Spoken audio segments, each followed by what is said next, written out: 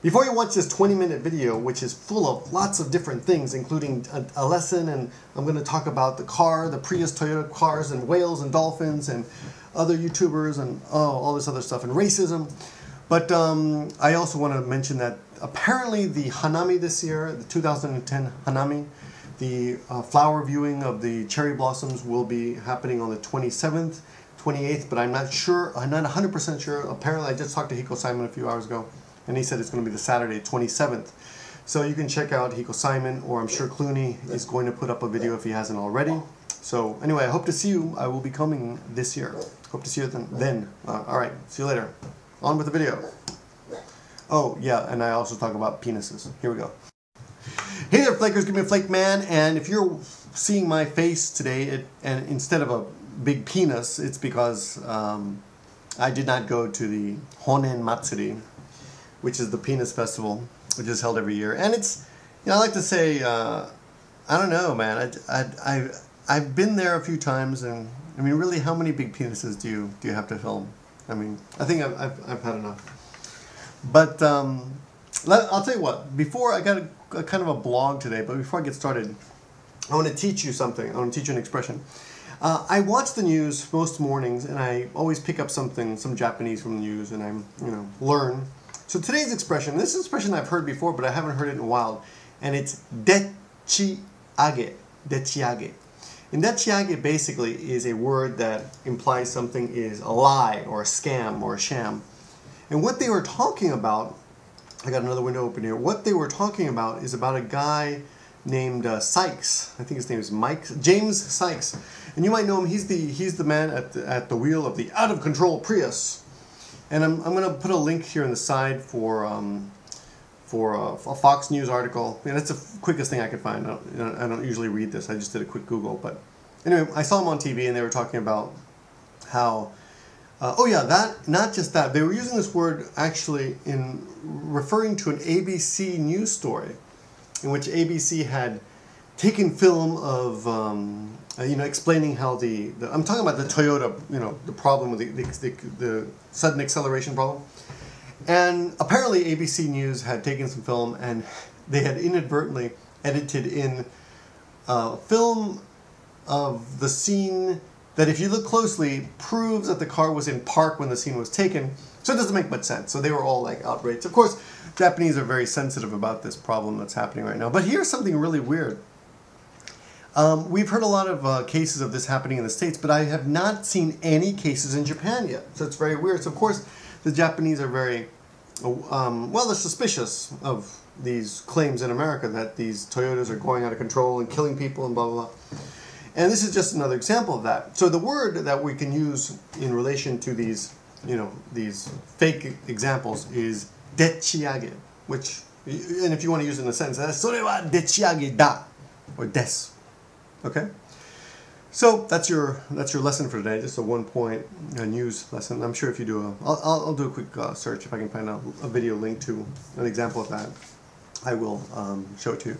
Okay, I'm interrupting this video because I actually found it. I'm going to read the sentence to you one time, and then I'll play it. Now, this is a channel that often erases their videos because I think they're all illegally uploaded or something. I don't know. Anyway, this is on THAVASAS 5706. Thavasa 5706, and it's a Japanese news clip.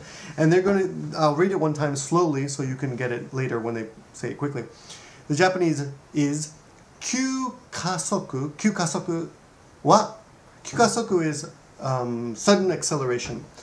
Q is sudden. Kasoku is acceleration. Kyukasoku wa dechiage dewa nai ka.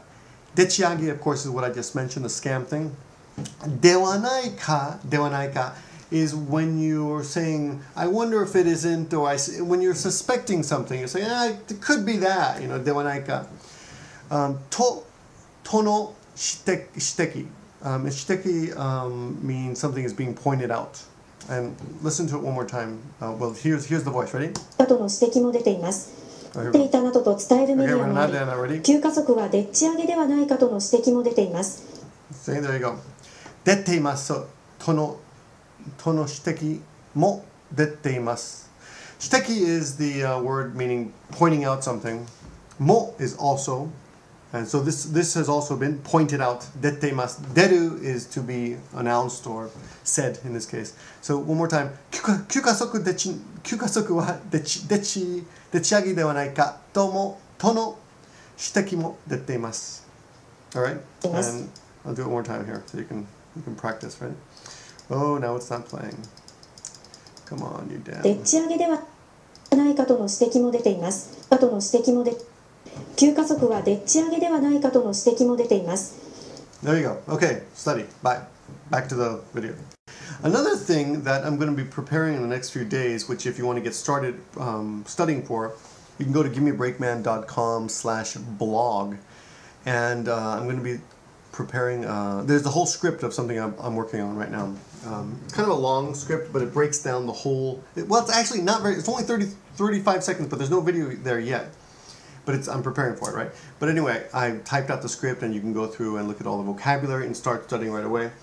Because, you know, you'll get the video in a few days, and then you can review. So, anyway, so, yeah, so let me tell you why I didn't get to see the big penises today. First of all, in Nagoya, all around Nagoya, let me just remind you that it's a very, very safe city. I've heard stories that Osaka is not so safe. You go into a convenience store and leave something in your bicycle, they'll take it out of your bicycle. I've had people tell me that they've had CDs stolen out of their bicycles, you know, if they leave them alone. I've had no negative experiences like that in Nagoya. On the contrary, I've dropped a wallet, a passport, and a camera and gotten them all back. So, you know, no problems here. But today I rode, so why am I saying this? Because I never have a motorcycle lock with me when I come to work. Because I got a really thick, heavy motorcycle lock. And I do lock my bike at night. But during the day I don't, because it's got a key lock on the handlebar. So, you know, you park the bike, lock it, the key, turn it, and you can't move the handlebar without the key. So it doesn't really need one. But I suppose if you did have a truck, you could come by and pick it up and take it away.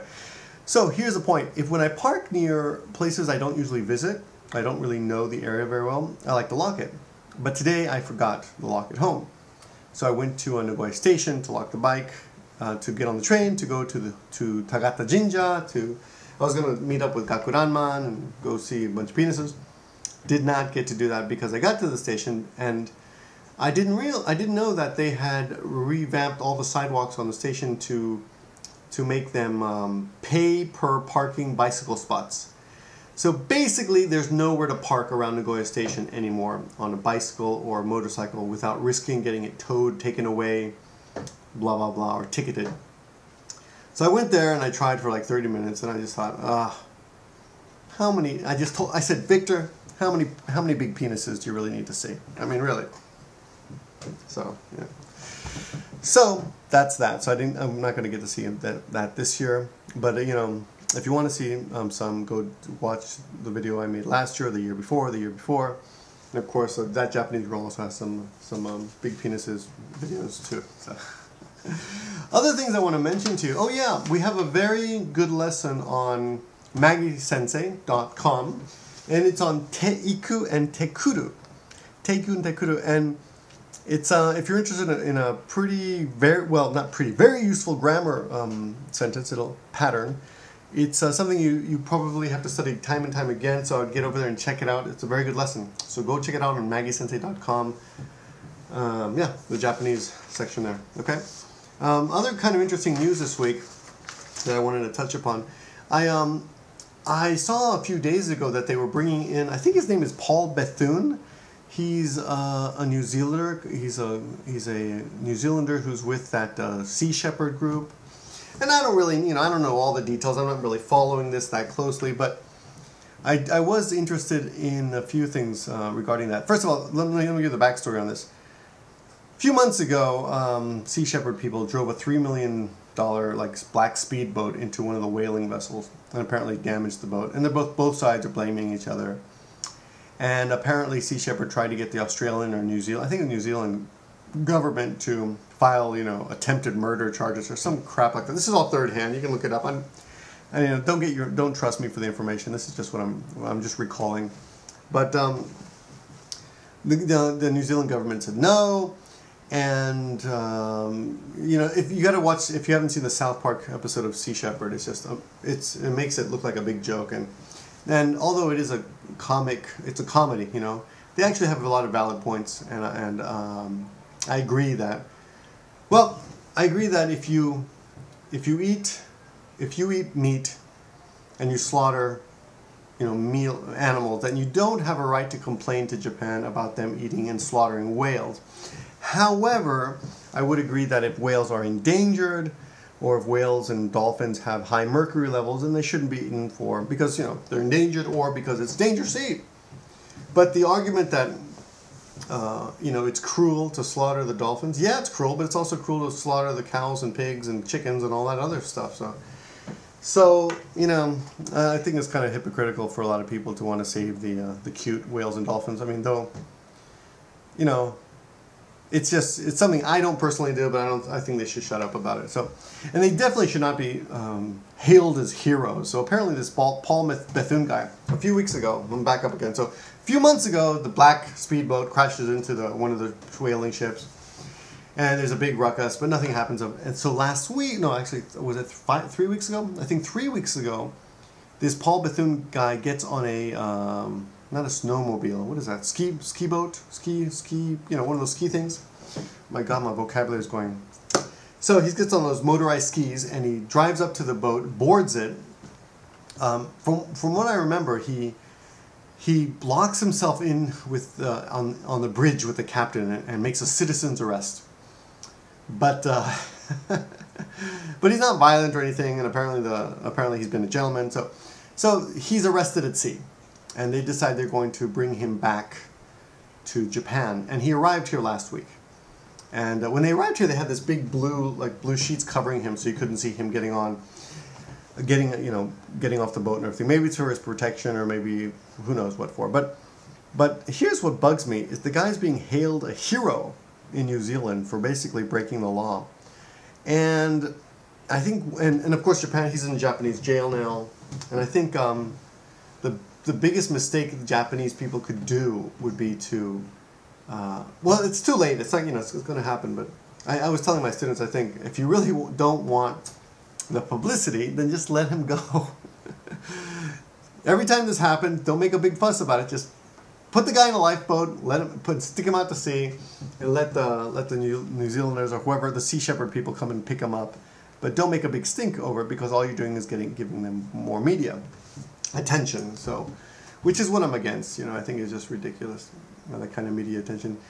I think if people want to protect dolphins and whales, then they have to figure out other ways to legally do it. Or and Japan can't use this cultural defense of, we've been doing this for hundreds of years, because that's never a good reason. Just the fact that you've been doing something for a long time, and it doesn't mean it's okay. So we can easily, there are many examples of that. So you know, although I sympathize with the whales and dolphins, I don't think it's illogical to support one side over the other in this case. I guess another possible argument would be that we raise cows and pigs and chickens, so they're not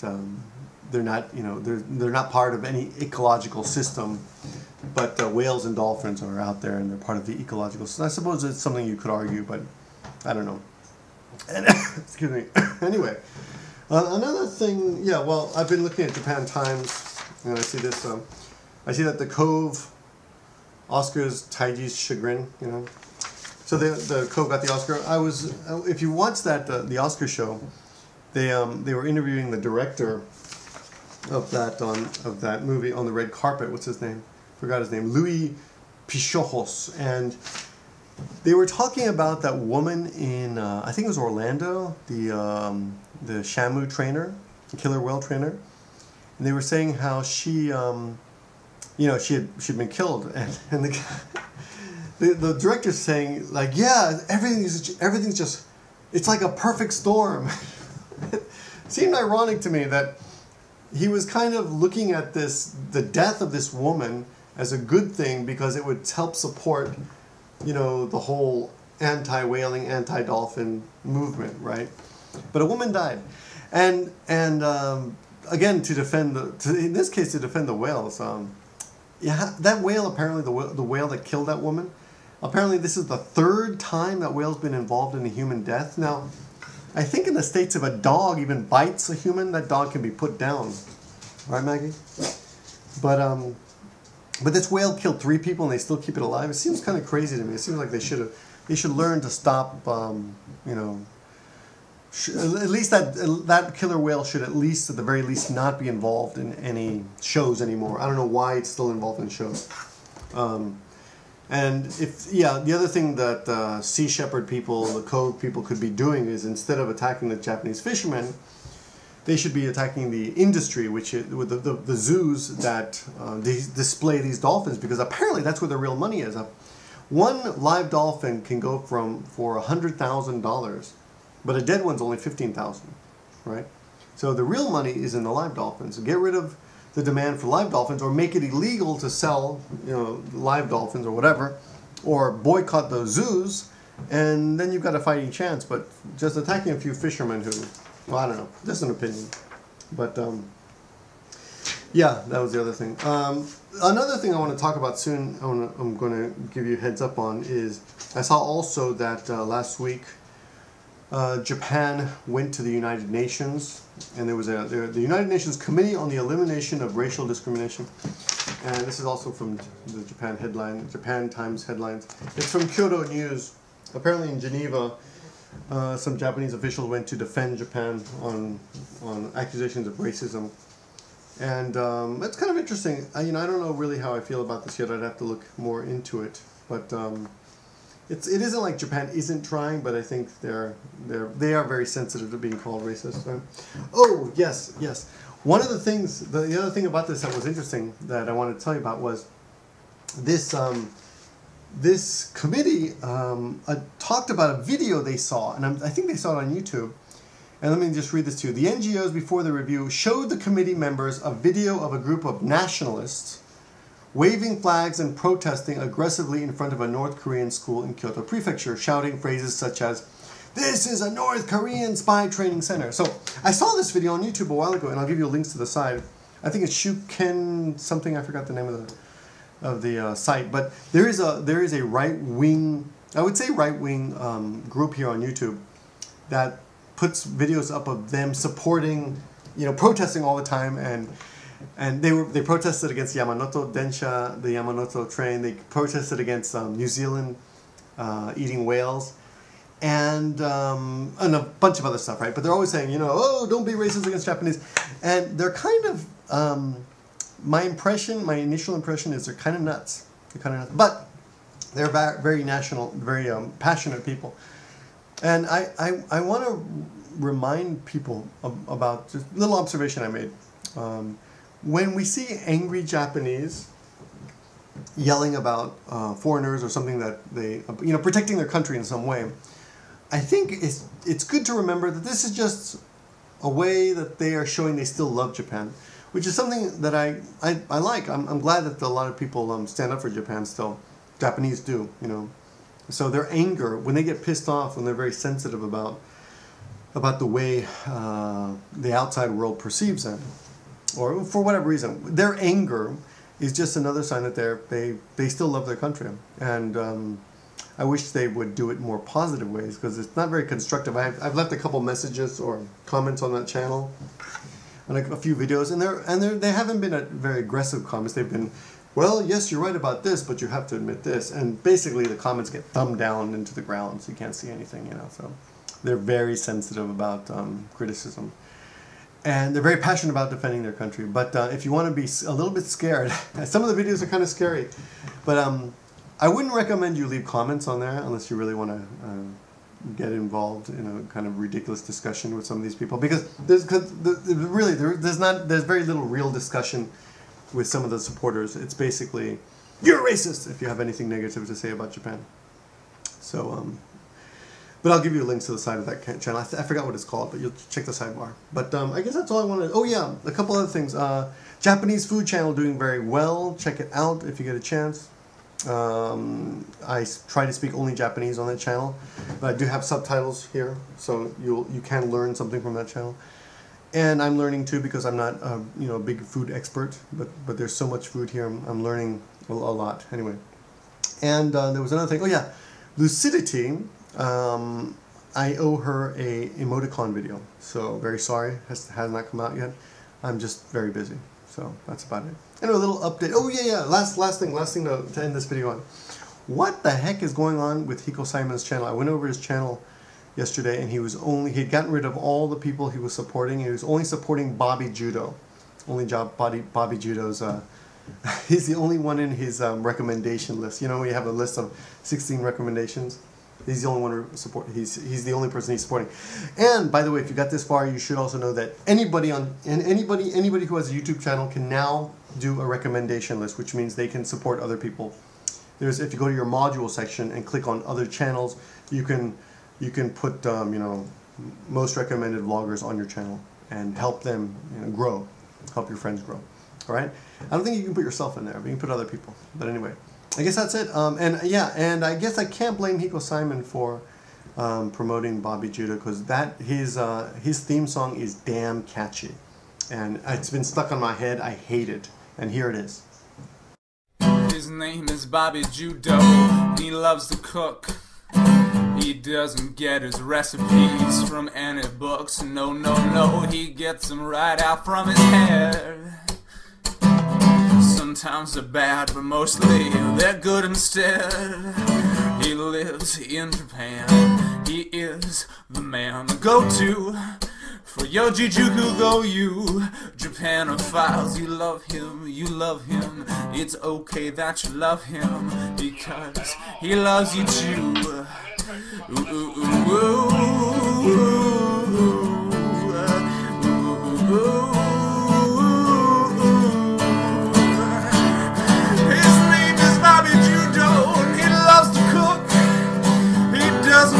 Recipes from any books. No, no, no, he gets them right up from his head.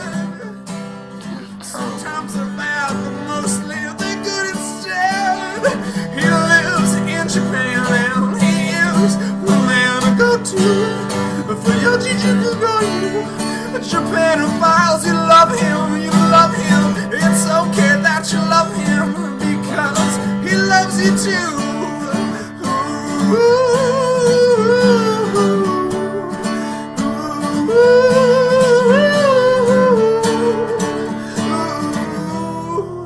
Bobby Judo, YouTube, subscribe, etc. Yeah.